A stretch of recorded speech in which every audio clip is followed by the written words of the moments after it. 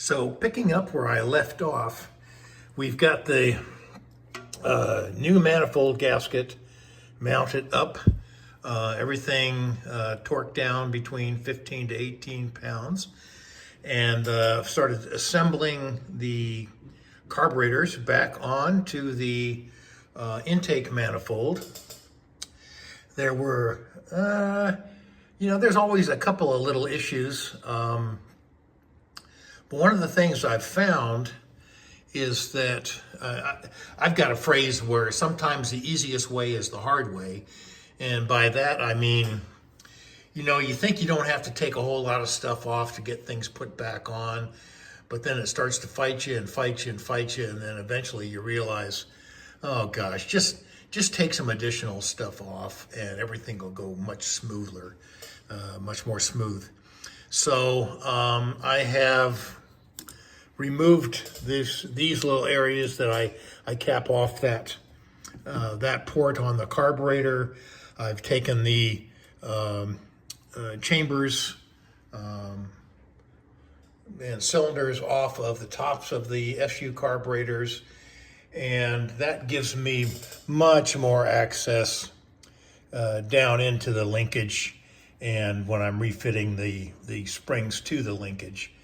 So most of that is back on at basic settings,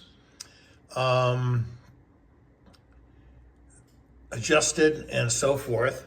But one of the things I wanted to point out was something I did a little different this time with the dash pots. I don't know why some things take me so long to figure out.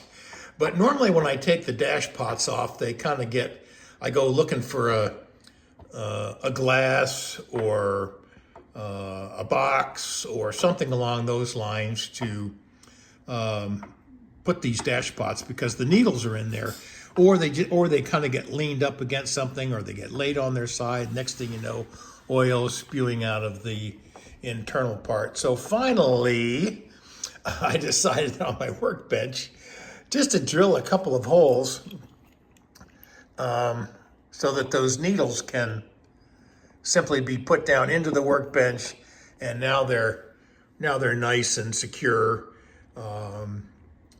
It won't be leaking or falling over or bending a needle and that sort of thing. So that's my maybe obvious, but that's my top tip today for when you're dealing with carburetors. You just get the dash pots off, and it'll make access to everything so much easier.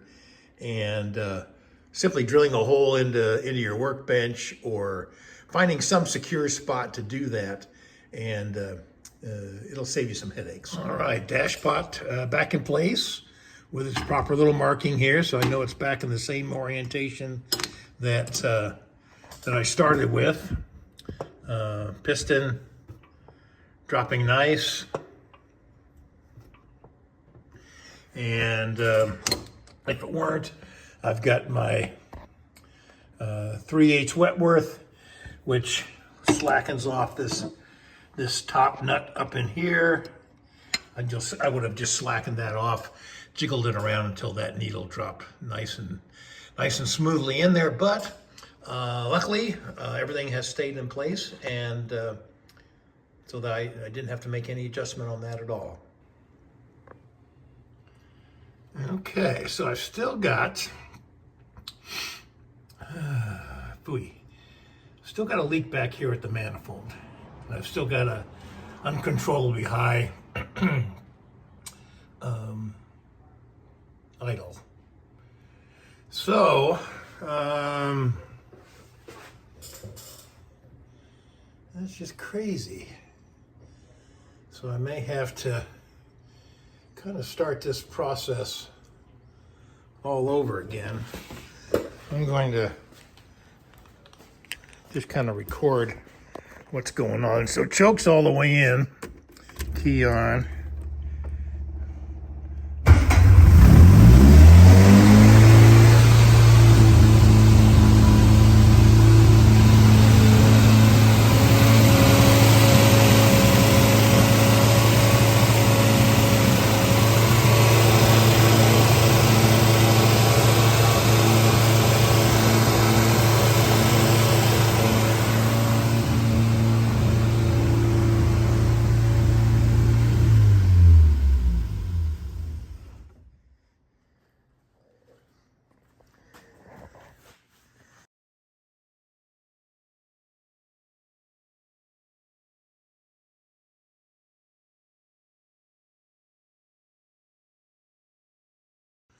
Well, that didn't work out quite quite as planned.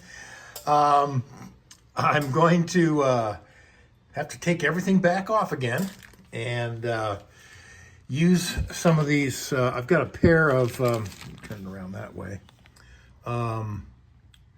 intake manifold locating rings. I'll add a picture here at the end. These go between the intake manifold and the 1098 head, which both have recesses in them to accept these locating rings. So I had received these from a previous owner of the other 1959 Bug Eye, Sir Walter Raleigh, the yellow one, and couldn't find them until, of course, I ordered them and they were marked shipped. And then all of a sudden, I did one more look and found them. So, no question, when I get back from Mini Meat East, I'll have a set here for sure, and probably another one in the mail. And we'll get this intake manifold off, the locating rings installed, and that should properly locate the intake manifold to the 1098 head. This is a known issue, and I'll maybe explain a little bit more of that when we get into that process.